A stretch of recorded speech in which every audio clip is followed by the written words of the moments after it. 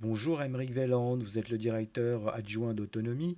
Le salon Autonomie est dédié au mode de transport alternatif et se positionne aujourd'hui comme le rendez-vous annuel de la mobilité urbaine. Comment avez-vous eu l'idée de créer Autonomie?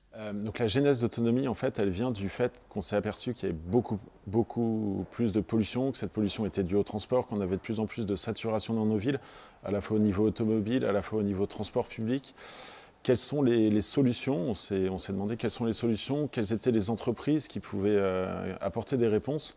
Et on en est venu à l'idée de créer un événement en fait, qui rassemblerait tous ces acteurs. Donc à la fois des acteurs privés, à la fois des acteurs publics, à la fois des innovateurs, à la fois des personnes qui font de la recherche, de les mettre ensemble et créer vraiment une plateforme de partage des connaissances et partage de solutions. Et en fait, ce qu'on veut être, c'est les ambassadeurs de cette nouvelle mobilité urbaine. Cette troisième édition se tiendra du 18 au 20 octobre à Paris, dans la grande halle de la Villette. Quoi de neuf cette année sur Autonomie? Et cette année, la grande nouveauté, c'est quand même cette trottinette électrique qu'on voit en autopartage sur les trottoirs de Paris. Donc ça aura une grande place dans le salon, et notamment une place sur quelle est la législation sur ces trottinettes, sachant qu'aujourd'hui, une trottinette normale qui n'est pas électrique a le droit d'aller sur le trottoir, elle est assimilée à un piéton. Mais une trottinette électrique n'est ni assimilée à un piéton, ni assimilée à un vélo. Il y a un vide juridique là-dessus.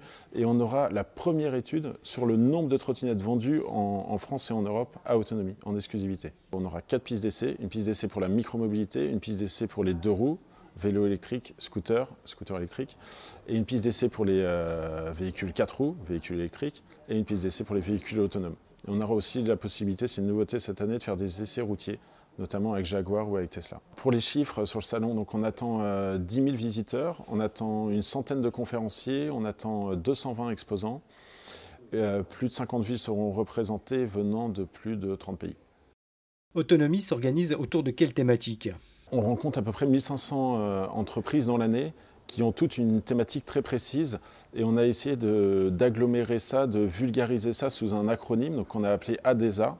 Donc pour vous la faire très rapidement, on parle de mobilité active, qui est toute forme de mobilité où vous perdez des calories en vous déplaçant, le vélo, les trottinettes électriques, tous les engins que vous voyez apparaître sur les trottoirs. Le D pour l'échange de données, c'est crucial d'analyser les données afin de pouvoir optimiser les déplacements et optimiser la saturation. Le E pour l'énergie, quelle est l'énergie pour le futur? On sait que le thermique, les villes vont le bannir, 2024 pour Paris, 2020 pour Oslo. En 2030, toute l'Île-de-France le diesel sera banni. Le S pour partager, on le voit très bien, on a la SNCF, on a la RATP, on a des transports en public partagés, mais ces transports, au bout d'un moment, ils sont saturés, et donc il faut faire un report modal sur d'autres modes. Donc pourquoi pas le covoiturage, pourquoi pas les vélos partagés, pourquoi pas les vélib, pourquoi pas ce qu'on voit apparaître aussi aujourd'hui avec les trottinettes. Et enfin, le dernier A pour les véhicules autonomes. Donc véhicules autonomes, c'est un grand sujet niveau sécurité, un grand sujet niveau législation. Et on a même une ouverture cette année avec des véhicules autonomes volants, car quand l'espace terrestre est saturé, il faut soit utiliser l'espace de l'air ou alors l'espace maritime. Autonomie, c'est aussi un rendez-vous business pour les acteurs de la mobilité urbaine. Quels moyens mettez-vous en place pour mettre en relation les exposants et les participants? On a 2 jours, jeudi, vendredi, qui sont vraiment dédiés aux pros. On a des conférences, c'est grâce aux conférences qu'on a un public très qualitatif, très intéressé sur le sujet et expert.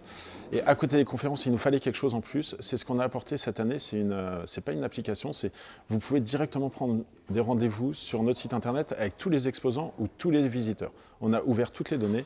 Si vous voulez rencontrer celui qui a mis les trottinettes Bird sur le marché, ou si vous voulez rencontrer Alstom et sa nouvelle application Mastria, vous pouvez le faire à Autonomie. Quelle est votre vision de la mobilité urbaine sur les 5 prochaines années? Au fur et à mesure que je vois Autonomie se développer, avant on disait beaucoup les voitures autonomes, mais aujourd'hui j'ai envie de dire quand même que la mobilité active va prendre un grand pas sur toute forme de mobilité. Donc on va avoir un report modal, c'est-à-dire que aujourd'hui les gens, pour des trajets de 0 à 8 km, ils vont utiliser des engins comme des trottinettes ou des vélos électriques, et on le voit notamment avec le plan vélo qui a été annoncé à 350 millions d'euros. Je pense que de plus en plus de gens vont délaisser leur voiture pour trouver des façons de se déplacer, d'aller à leur travail plus propres, plus intelligentes et aussi plus joyeuses.